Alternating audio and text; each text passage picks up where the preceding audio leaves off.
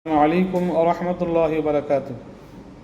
অন্যকে ডাকার সুন্নত তরিকা এবং কারো ডাকে সাড়া দেওয়ার সুন্নত তরিকা সম্পর্কে আমরা আলোচনা শুনব। মহানবী সাল্লাল্লাহু আলাইহি ওয়াসাল্লাম কাউকে ডাকতে হলে সরাসরি নাম ধরে ডাকতেন না, বরং উপনাম ধরে ডাকতেন। যেমন হে আবু বকর, হে আবু ওসমান, এভাবে।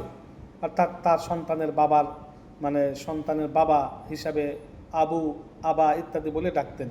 মহানবী সাল্লাল্লাহু আলাইহি সাল্লামের কারো নাম জানা না থাকলে পুরুষদেরকে হে আবদাল্লাহ, হে আল্লাহর বান্দা বলে ডাকতেন, এবং মহিলাদেরকে উম্মে শব্দ লাগিয়ে উম্মে সালমা, উম্মে হাবিবা এভাবে ডাকতেন। যদিও সে অবিবাহিতা হতো, তারপরেও উম্মে শব্দ লাগিয়ে ডাকতেন।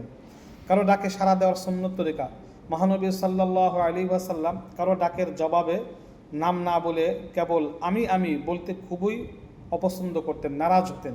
বরং পুরো নাম, অর্থাৎ আমি আব্দুর রহমান, আমি আব্দুল সালাম, প্রয়োজন হলে পিতার নাম সহ বলতে নির্দেশ দিতেন। কেউ যদি কারো কাছে যায়, যদি বলে কে, যদি বলে আমি আমি এই আমি বলা আল্লাহ রসুল অপছন্দ করতেন। বরং পুরো নাম, আমি আব্দুর রহমান, আমি হাসান আহমদ, আমি আব্দুল শাকুর ইত্যাদি, এইভাবে পুরো নাম এবং কি পিতার নাম সহ বলার জন্য নির্দেশ দিতেন। মহানবী সাল্লাল্লাহু আলাইহি সাল্লামকে কোনো সাহাবী বা পরিবারের কেউ ডাক দিলে লাব্বাইক, হাজির জনাব, আমি হাজির বলে জবাব দিতেন। যদি কেউ ডাকতো, পরিবারের লোকজন বা কোনো সাহাবী বা কোনো ব্যক্তি এসে ডাকতেন, তাহলে বলতেন যে লাব্বাইক, আমি হাজির, এইভাবে ডাক দিতেন।